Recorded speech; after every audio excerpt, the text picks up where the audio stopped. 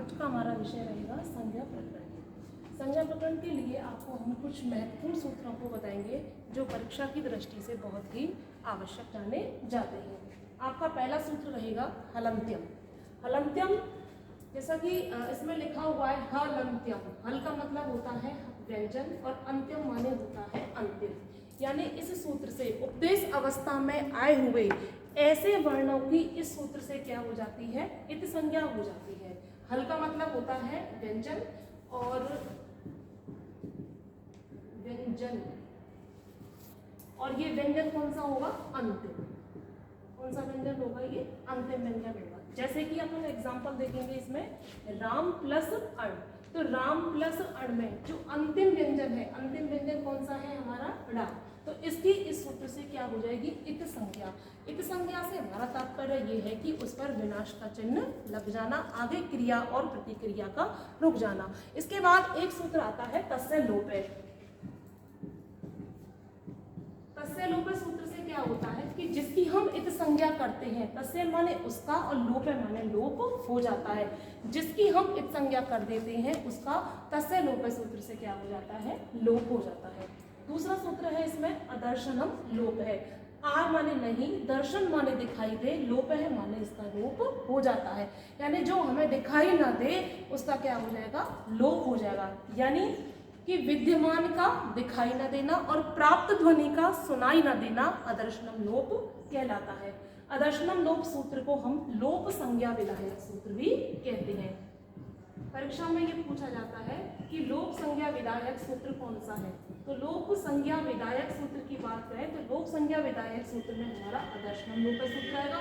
और यदि कोई ये कहता है कि लोप किस सूत्र से होता है, तो लोप हमारा होता है तस्य लोप सूत्र से, और लोप संज्ञा विधायक जो सूत्र है वह है आपका अदर्शनम लोप। जैसे कि क्रय प्लस ड्वल, क्रय प्लस इसमें क्या दिया हुआ है, ड्वल दिया हुआ है, और बाद में जाकर के ये क्या बन जाता है, कारण। क्रय प्लस ड्वल क्या बनता है, कारण। यानी हमको कहीं भी यहाँ क्रय, ना तो क्रय दिखाई दे रहा है ना ड्वल दिखाई दे रहा है, यानी जो विद्यमान जो थी हमारे पास वह हमको दिखाई नहीं दे रही है। और सूत्र में यही कहता है कि विद्यमान का दिखाई ना देना और प्राप्त ध्वनि का सुनाई ना देना क्या कहलाता है, अदर्शनम लोप है। इसके बाद हमारा तीसरा सूत्र है आदि रंत्येन सहिता।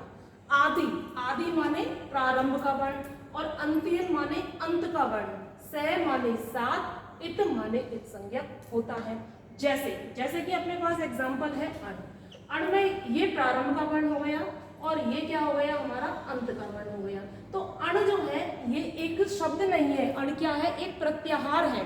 तो ये प्रत्याहार संज्ञा विधायक सूत्र भी है। तो यानी इसमें जो अण दिया हुआ है ये आ है और ये डा है, ना केवल ये अपना बोध करा रहा है बल्कि इसके मध्य में आने वाले कौन कौन से वर्ण है, जैसे अण प्रत्याहार की हम बात करें तो आ ई ऊ ड, ये होते हैं इसमें चार शब्द, आ ई ऊ ड। तो जैसे ही हमने अण को देखा तो अण को देखते ही हमारे मन में ये एकदम से विचार आ जाएगा कि ये अण केवल अण शब्द नहीं है, ये क्या है, एक प्रत्याहार है।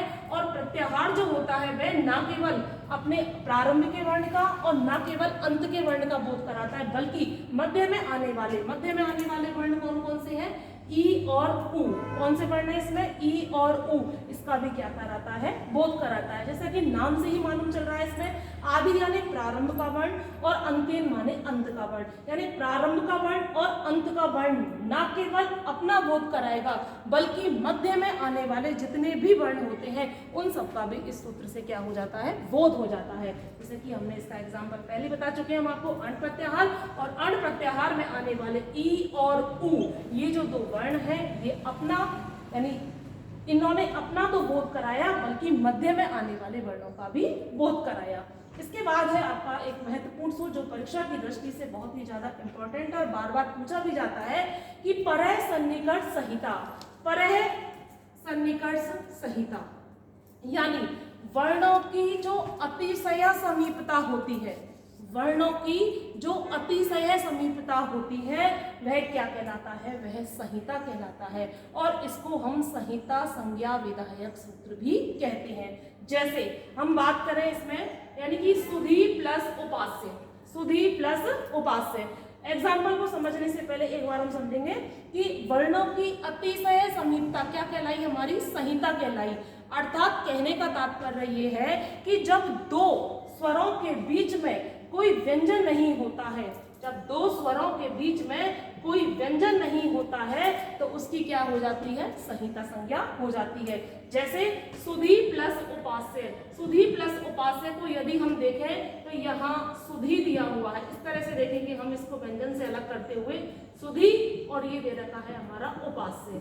अब इसके प्रथम शब्द के अंत में स्वर है और द्वितीय शब्द के प्रारंभ में भी स्वर है, यानी इनके बीच में किसी भी प्रकार का कोई व्यंजन नहीं है, इनके बीच में कोई व्यंजन नहीं है। इसलिए इस एग्जाम्पल में हम क्या करेंगे, संहिता संज्ञा करेंगे। जैसे कि और एग्जाम्पल है इसका मध्वरी, क्या है इसमें, जैसे अपन मध्वरी का है ये, तो मधु प्लस अरी, मधु प्लस अरी, और मधु प्लस अरी में भी देखें तो यहाँ ऊ दिया हुआ है और यहाँ क्या दिया हुआ है, आ दिया हुआ है।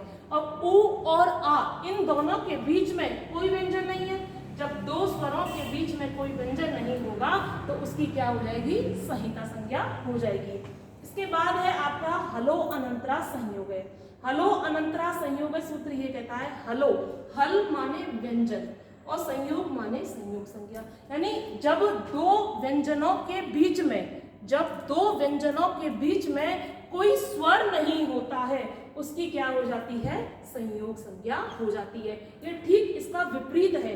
परसंधिकार संहिता में हमने आपको बताया कि जब दो स्वरों के बीच में कोई व्यंजन नहीं होगा तो वहां संहिता संज्ञा होगी, और जब दो व्यंजनों के बीच में कोई स्वर नहीं होगा तो वहां संयोग संज्ञा होगी। जैसे हमारा एग्जाम्पल है इंद्र, इंद्र को यदि हम खोलें तो इंद और ये रा इस प्रकार से खुलेगा। अब इन दो व्यंजनों के बीच में, इन दो व्यंजनों के बीच में कोई भी स्वर नहीं है, इसलिए इसका यह एग्जाम्पल भी बिल्कुल सार्थक सिद्ध होता है। यानी जब दो व्यंजन दिए हैं और दो व्यंजनों के बीच में इसमें कहीं भी हमें स्वर दिखाई नहीं दे रहा है, इसलिए इसमें क्या होगी, इसमें संयोग संज्ञा होगी। इसके बाद आपका एक महत्वपूर्ण सूत्र है सुप तिगंतम पदम। सुप तिगंतम पदम, सुप का मतलब होता है सुप प्रत्यय और तिगंत का मतलब होता है तिगंत प्रत्यय। इनकी इस सूत्र से क्या हो जाती है, पद संज्ञा होती है। यानी कि सुप प्रत्यय कौन कौन से होते हैं, सु औ जस, अम औ शस, टा भ्याम बेस, गे भ्याम व्यस, कसी भ्याम व्यस, कस ओस आम, गी ओ सुप। इस प्रकार से सु औ जस आदि जो 21 प्रत्यय है उसकी इस सूत्र से क्या हो जाएगी, सुप पद संज्ञा हो जाएगी। और ऐसे ही इस सूत्र से तिप तस झी आदि जो 18 प्रत्यय हैं, यानी तिप तस झी, सिप थस्त, मिप वस मस और तयाताम जय, तयाताम, इस प्रकार आपकी जो है आपकी 18 जो आपके प्रत्यय दिए हुए हैं इसमें, इसकी क्या हो जाएगी, पद संज्ञा हो जाएगी।